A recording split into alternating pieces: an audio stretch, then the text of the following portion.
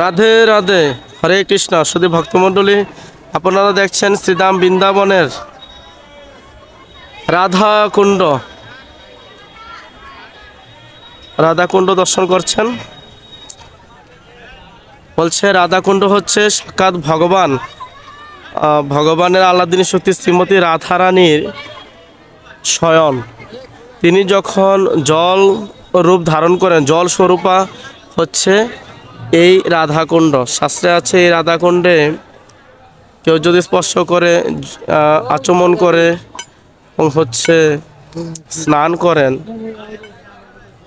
তিনি রাধারানী কৃপা লাভ করেন এবং কৃষ্ণ ভক্তি লাভ করেন। এই রাধাকুণ্ডের জল ব্রহ্মাণ্ডের সমস্ত জল বা কুণ্ডের চেয়ে সবচেয়ে সর্বাধিক পবিত্র। তো অনেক সুন্দর এটি উৎপত্তি লীলা আছে। আপনারা অনেক হয়তো জানেন যে ব্রজ বৃন্দাবনে কৃষ্ণ যখন এখানে লীলা খেলা করেন, তখন তিনি এই কুণ্ড স্নান করার জন্য রচনা করেন। প্রথমে সখীরা এই কুণ্ড তৈরি করার জন্য ঘুরতেছিল, কিন্তু তখন কোনো কিছু হচ্ছিল না, জল আসতেছে না। তখন কৃষ্ণের আহ্বানে সমস্ত তীর্থগুলো, নদীগুলো এখানে অবতীর্ণ হন। তখন সেই রাধারানীর এই রাধাকুণ্ডে স্বয়ং সাক্ষাৎ ভগবান কৃষ্ণ সহ অবগাহন করে স্নান করেন। তো বৃন্দাবন থেকে প্রায় 40 কিলোমিটার দূরে গিরি গোবর্ধন পর্বতমালার কাছেই হচ্ছে এই রাধাকুণ্ড অবস্থিত। সারা পৃথিবী থেকে সমস্ত কৃষ্ণ ভক্ত এখানে আসেন এবং স্নান আদি করে থাকেন। এবং আমাদের বাংলাদেশেরও লাখো ভক্ত এবং অগণিত ভক্ত এখানে বাস করেন, ভজন করেন রাধারানীর কৃপা আশীর্বাদ লাভ করার জন্য।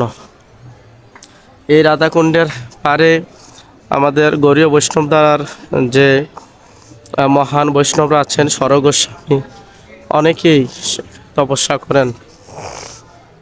এখানে অনেক সুন্দর একটি গিরিরাজ গোবর্ধন ভগবানের মন্দির রয়েছে।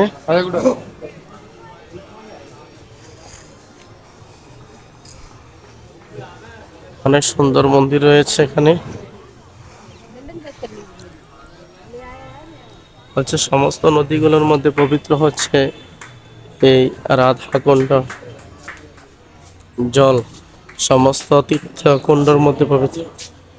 এখানে চরণ পাদুকার সমস্ত রাধারানী গোবর্ধন মহারাজকা।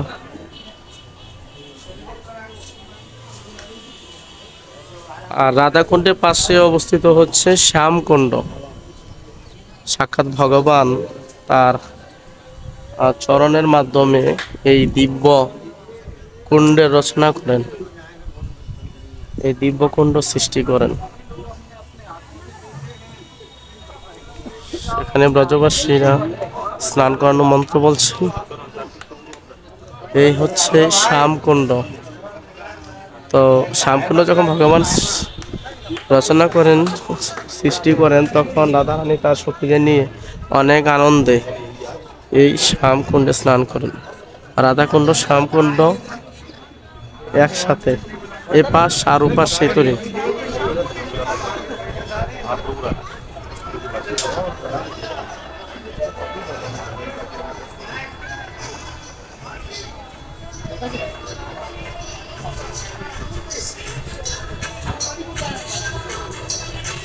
অনেক সুন্দর একটি চৈতন্য মহাপ্রভু ভগবানের মন্দির রয়েছে। এখানে রাধা মাধব ভগবান নির্ধারিত।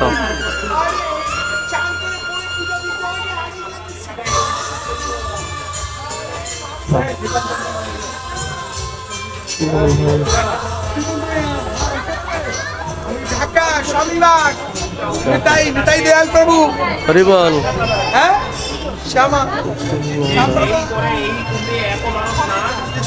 রাধে রাধে। জয় রাধাকুণ্ড শ্যামকুণ্ড কি জয়।